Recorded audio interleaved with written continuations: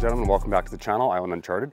First order of business, I just want to give you guys a big shout out, a big thank you for all the likes, the subs, and the comments. If you've been watching my videos and haven't subscribed, I suggest hitting the subscribe button.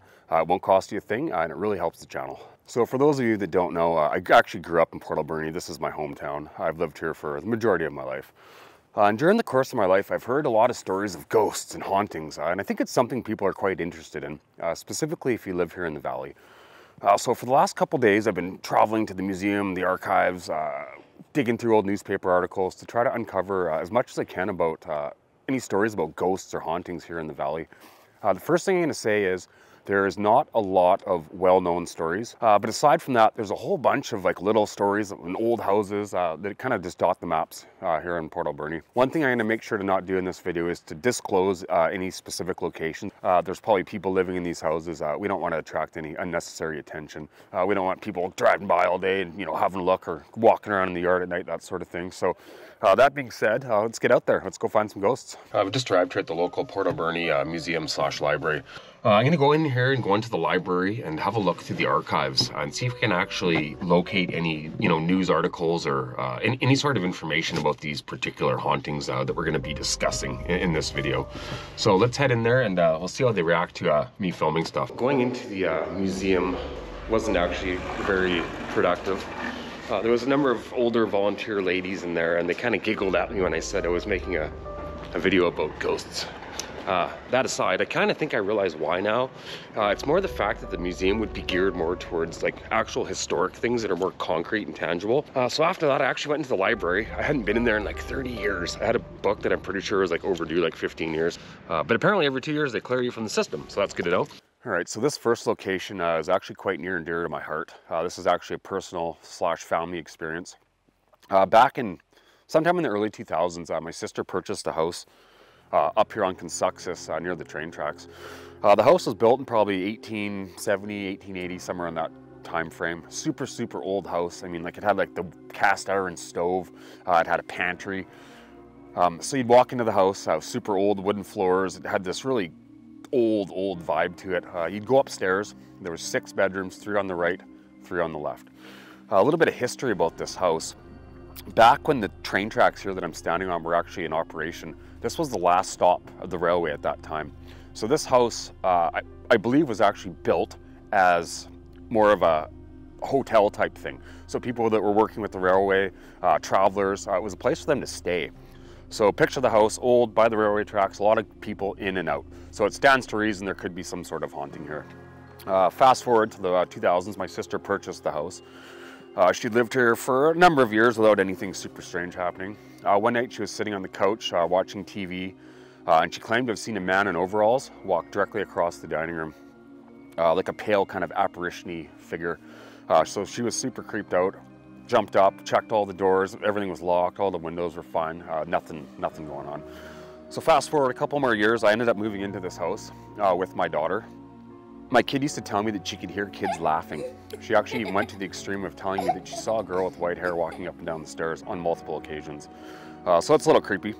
And then my own personal experience. I was actually out in the garage one night, late at night once again. Super cold, kind of October, November night. The garage had windows with the panes, like it's got square, and they're all kind of separated by wood. I was sitting there, all of a sudden I felt this bone freezing chill. All of a sudden the window shattered from the top left all the way down to the bottom right. Super creepy experience. So at this point, my sister had actually called in a cleanser, I think they're called, people that deal with ghosts and bad juju, that sort of stuff. So the lady came and performed a ceremony. I'm not exactly sure of the details of the ceremony, but when she was finished, she said there were multiple spirits in this house. All right, so that's my personal story. Let's move on to location number 2.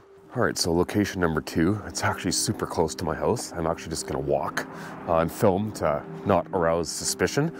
So we're talking about South Crescent here in Port Alberni.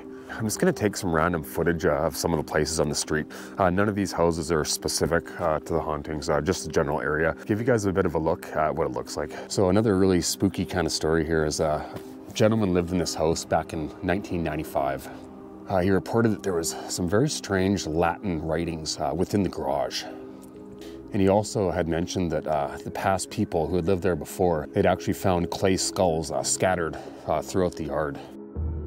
I had a friend that lived pretty close to me. She lived just up the road here, a few blocks. We used to hang out. I'd stay out there pretty late. I'd always walk home, and I would walk directly past this one house. I'm not going to mention which house it is, but every single time I walked by that house, I got the creepiest feeling deep down inside, like the hairs on the back of your neck standing up kind of thing. The house was super strange because the lights were always off and no one was ever in this house. Like it was deserted.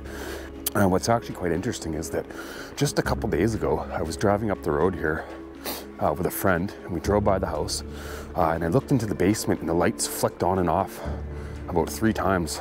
We drove just up to the top of the road, turned around, and then once again the light was completely off.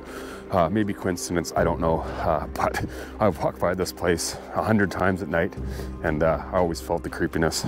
So it's actually pretty official. There's been a large amount of people online commenting that the majority of the houses on South Crescent are haunted. I'm not sure how much truth there is to that. A lot of the reports suggest simple things like doorknobs turning by themselves, footsteps coming from the upstairs, phone lines just being randomly disconnected.